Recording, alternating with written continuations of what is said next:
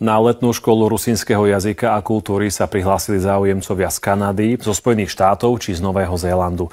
Na pôde Prešovskej univerzity sa im venujú 3 týždne. Okrem jazyka ich učia aj o histórii a kultúre Rusínov.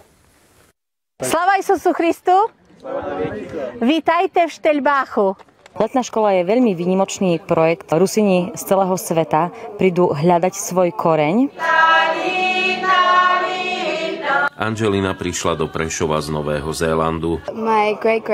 Moji prastarí rodičia sú Rusíni. Chcela som preto prísť na Slovensko, naučiť sa jazyk a spoznať aj moju rodnú kultúru. Ja ľúbim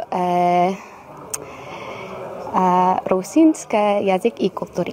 Moje maminka je Lemkoni, to znamená Rusínka z Polska, tak já jsem vlastně taky Rusínka a tak jsem přijela lépe se seznámit se svou vlastní kultúrou. Letnú školu rusínskeho jazyka začali organizovať pred 15 rokmi. Prestávku mali iba počas pandémie. V minulosti sme vlastne zaznamenali, že sme mali veľa ľudí, ktorí si hľadali svoje korene, ktorí vlastne mali tie rusínske korene tu, ale v posledných rokoch sme zaznamenali, že viacero ľudí sem prichádza aj čisto napríklad z akademických záujmov, študujú jazyk, zaoberajú sa lingvistikou. V Tichom potoku pre nich pripravili rusínsku svadbu.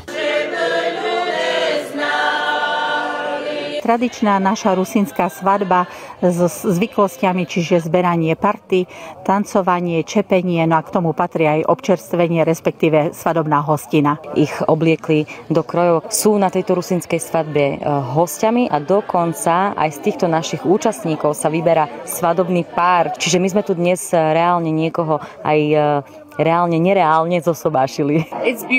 Je to úplne nádherné, orientované na združovanie komunity. Pre mňa je úžasný zážitok. Bol som na Slovensku predtým, ale prvý raz na dedine, na svadbe.